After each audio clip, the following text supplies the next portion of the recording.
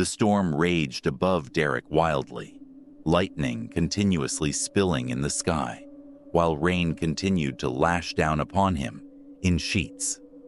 He was soaked to the bone as he stumbled through the muddy ground in his combat boots. Every part of his skin hurt under the splattering rain, which came down in small, tiny droplets. He walked carefully, not wanting to slip on the slick ground underneath him. He had survived for 3 years in this wasteland, fighting valiantly with every undead which came across his way, and he was certainly not going to die from a broken neck after slipping over wet mud. In the world he now lived in, the only dignified way to die was to die fighting. But who was even left to ask or care? It had been months since he had last seen another human. He had been walking since forever, scavenging for food and water, looking for some semblance of shelter, and yet he had not come across a single living person. It had started to feel as if he was definitely the last traveler, the only person alive in this world. Everyone else had been infected by their virus, turning them into the undead as well. Behind him, the howls of the undead echoed through the forest, their horrific cries growing louder with every step Derek took to get away from them, although he knew it was impossible. They were everywhere, and no matter how much he tried to run, they would always end up finding him. His body had been pushed to its furthest limits in the last few months, but he knew he couldn't stop. Not yet. He kept on walking, knowing fully well that the only reason he was still alive was the rigorous training he had undergone as a Navy SEAL. He had learned from the best and had been taught to never lose hope, heart, or face. He was simply following that, even though all his friends from the Navy had gone down fighting beside him. When the undead had first emerged in the world, their existence being blamed on an experiment gone wrong, Derek had gone out to fight them. He had been an integral part of the army, which had been stationed to defeat and kill them.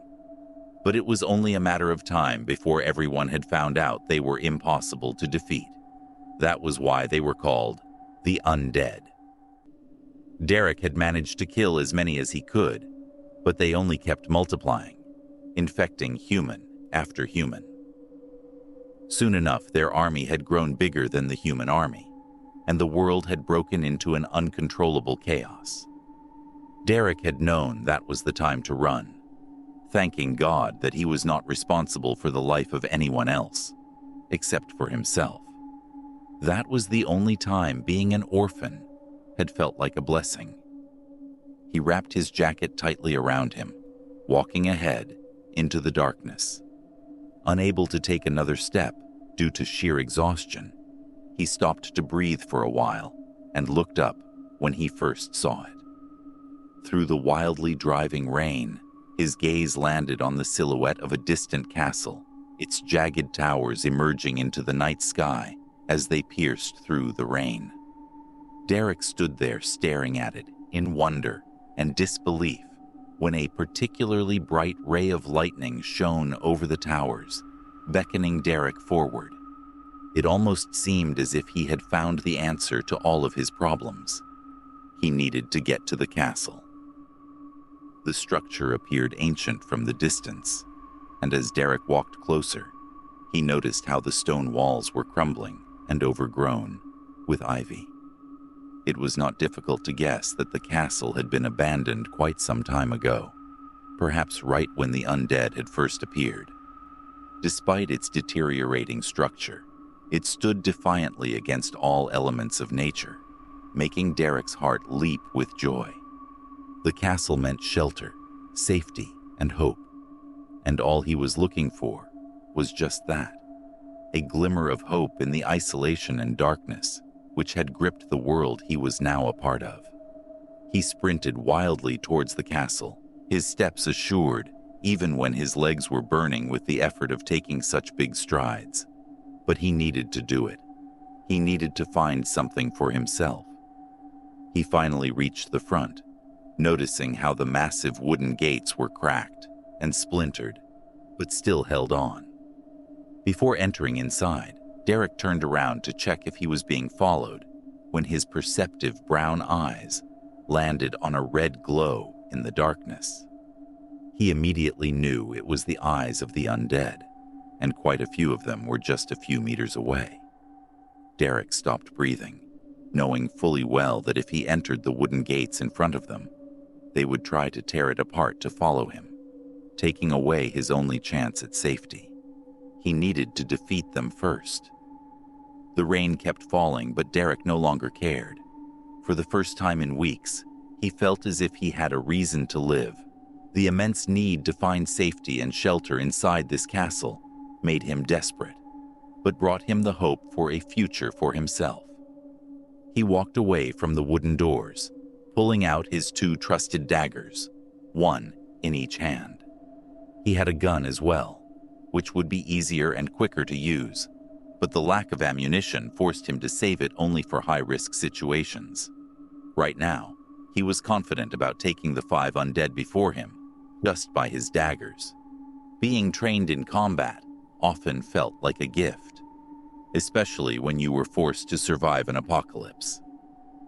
He tapped his foot on the ground, alerting the undead of his presence, and within seconds, all 5 of them were advancing towards him.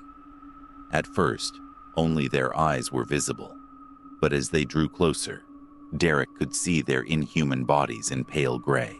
Their wrinkled, elongated hands and limbs gave them a ghostly appearance, but after 3 years of fighting them, Derek was no longer shocked at how they looked. He had seen much, much worse. He waited patiently, knowing fully well they would all try to attack him at once. His own calmness stunned him, but he knew he could not afford to lose control.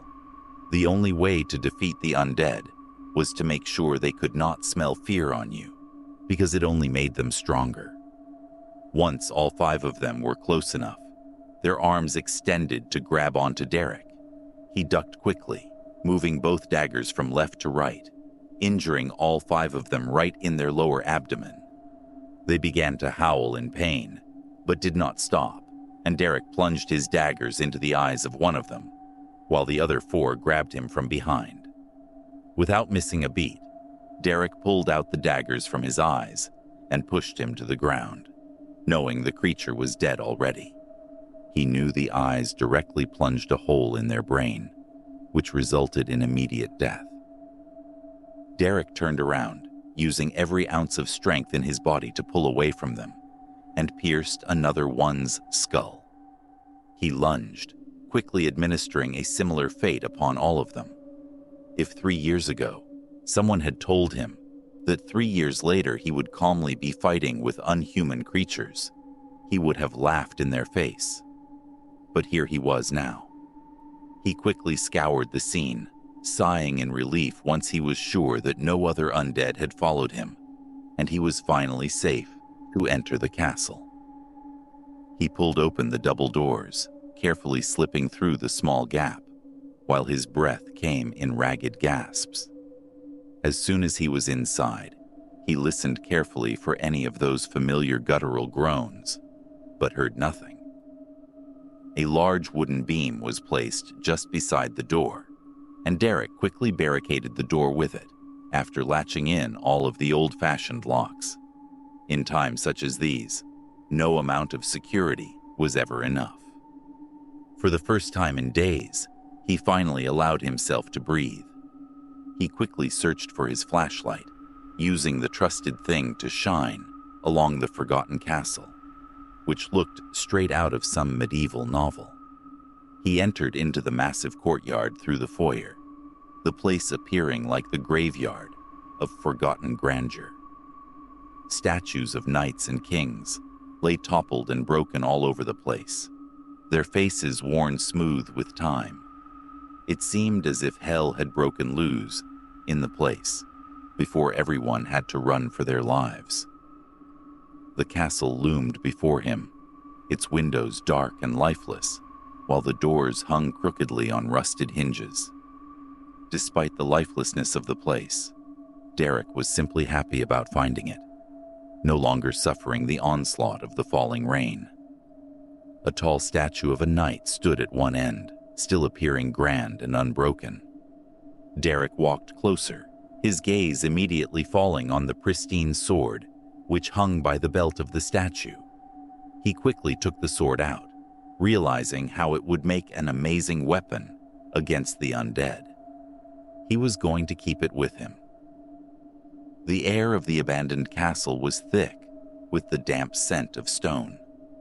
He continued to explore, going from corridor to corridor, realizing how the place was nothing but a maze of crumbling hallways and shadowy chambers. The rooms were all empty, filled with furniture which had been left to the whims of nature for far too long. It made his heart ache to see such rot. Faded tapestries hung from high walls, the colors which once must have been bright and vivid now, completely muted and dull. Suits of armor stood like silent sentinels, their hollow eyes seeming to follow him as he passed by. In the large great hall at the very center of the castle, a massive chandelier lay shattered and broken on the floor, the crystals glinting in the dim light. Glass spread all over the marbled ground, forcing Derek to take each step with careful precision. He walked further towards the fireplace, trying not to crash into the furniture still scattered around the hall. Taking off his backpack, he quickly extracted matchsticks and lit the fire from the already placed logs in the fireplace. It was evident that this place had been hit by a storm. Everything about it signaled a hurried exit, as if the inhabitants had been forced to escape before they had to succumb to a terrible fate. A part of Derek knew it must have been the arrival of the undead, but he did not wish to believe that the undead had been inside this place. The castle seemed safe and pristine, unblemished from the gunk and stale breaths of the undead, and Derek wanted to keep it that way, at least in his head. He quickly lit a roaring fire, the flames casting flickering shadows on the walls around them. As warmth seeped back into his bones, he peeled off his soaked layers of clothing and placed them carefully on the sofa before the fireplace to dry. He opened his bag to fetch dry clothes and put them in, allowing himself to relax just for a little bit after ages. He sat in front of the fire, unsure about why did he constantly feel eyes on him. It felt as if the castle was certainly not empty, and something was lurking about him. He could feel it in the dampness of the heavy air, and how the shadows seemed to shift when he wasn't looking. Something was definitely here, something that didn't want him. Still retaining his position on the sofa, Derek fastened his grip on the sword he had found, ready to use it as a weapon if necessary. He breathed in deeply, holding it in his chest while listening closely into the night. It seemed quiet, save for the crackling wood in the fireplace, but Derek knew better. He had learned the art of hearing when there was no sound and seeing when there was no light. He could sense it, the nerve endings of every hair follicle on his skin standing up in attention. He could sense that something was about to happen. The sword dangled lazily by his hand for anyone to see, but he had firm control over it. Just moments later, he jumped up from the sofa at the sound of a footstep hitting the marbled floor softly, and a sword cut through the air, right where his head had been moments ago. Derek backed away, his gaze landing on a thick set of raven-colored hair, which were pushed aside to reveal a beautiful woman before him. Dressed in a simple t-shirt and pants, she seemed just as exhausted as him, her olive skin appearing pale. Despite that, her blue eyes were bright as she attacked Derek once again, and he easily pushed her away, his sword clashing with hers. "Who the hell are you?" he shouted, not wanting to indulge in a crazy fight with a human. He was still not over the shock of finding another person alive around him when he had been sure that everyone was already dead.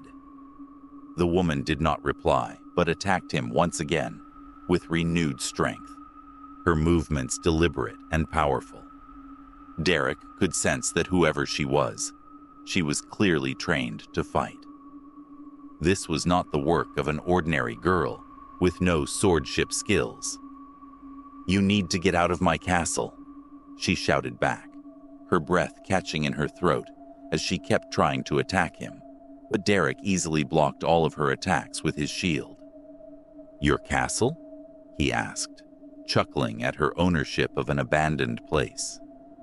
The two of them could very easily share the place and coexist together in this already dead world, but she seemed determined to drive him away.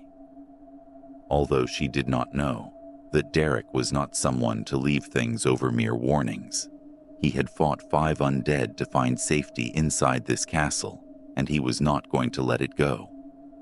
None of this was a joke. "Yes," she shouted, raising her sword to hit him, but Derek pushed her away with one blow, and she fell to the ground at some distance. He wanted to go check up on her, but he was sure she was going to attack him again. To his surprise, she straightened up, keeping her sword on the table behind her, no longer willing to fight. Derek put down his sword too, signaling peace. He had never even wanted to fight in the first place. "How exactly is this your castle?" he asked, unsure of what she meant. "I am Princess Seraphine, and this place belongs to my family," she replied, sitting down on the sofa right beside his drying clothes, while Derek stared at her dumbly. "You are a real princess?" he asked her, unsure of how to take this news. "Yes," she sighed. "At least I was when the world was still running in the right direction, and humanity had not been attacked by the undead. But now that things are completely chaotic, I believe I am no one. Just Seraphine, if you may. And who are you?" "Derek," Derek replied, still unable to believe that he was in the presence of a real human being after so many months. She began to speak again, her voice soft. "Until I saw you today, it almost felt like I was the last traveler in the world, and no other humans were alive, except for me. I was feeling the same way until a few minutes ago." Derek chuckled, growing comfortable. He spoke again, extremely curious. "So, have you been hiding here for the past 3 years?" "No," Seraphine replied, shaking her head, then continued speaking. "When the undead first came, they breached our outer walls, so we sealed the gates, but they found a way inside. My father was terrified and tried to protect us, but it was impossible. The food stores were running low, and the castle had too many people living inside it. So when the undead finally came, all of us had to run in a hurry. We abandoned the castle and left, and everyone got separated. I tried finding my family again, but realized that all I had was myself." "I am so sorry," Derek replied, his heart heavy. "It's okay," she smiled. "This means the undead were inside the castle," Derek observed, looking around as he had a realization and began to speak. "If they could get inside once, they can get inside again. We need to secure this place well enough to make sure that the undead can't come again." "That is why I had come here," Seraphine spoke, standing up to pace in front of him. "What do you mean?" Derek asked. "I have been running for too long now. I knew I needed shelter, and the best place was the castle. I arrived here when you were fighting the undead by the front wooden doors, and I slipped in from the back. I had the feeling that you would come inside, but I still could not just trust you, so I raised my sword. But it seems as if you can hold your own." Derek laughed at her assessment, replying, "I have been a SEAL, and I have survived this madness for 3 years now. I can certainly hold my own. But seeing the way you too are a survivor and can fight with such perfection, I believe you can hold your own as well. We just might be able to stay alive if we stay together," she replied, smiling at Derek. "So what is the plan?" Derek asked, looking around the dark castle with renewed hope. He could have never guessed that finding a shelter and another human being could make him feel better about life again. It almost felt as if things were going to be all right, and tomorrow would be a newer, better day. "I have a lot of plans, but they will take time, energy, and dedication," Seraphine said, and Derek could sense a similar renewed hope in her as well. "It is not like we have anywhere else to be, do we?" She laughed, the sound reminding Derek of how he had not laughed in months. He had probably not even talked out loud in months. He knew the undead were still out there, and the castle would never be fully safe, no matter how much they protected the place. But at least it was a start. It was something. Now that he was no longer alone, and he had found some semblance of shelter, he was going to make things better. Just like him and Seraphine, there must be other survivors in the world as well, and sooner or later, they would all find ways to exist in the midst of this all. It will never be ideal, but it will still be something. After all, they only had hope. And Derek was not ready to give up on that, now or ever.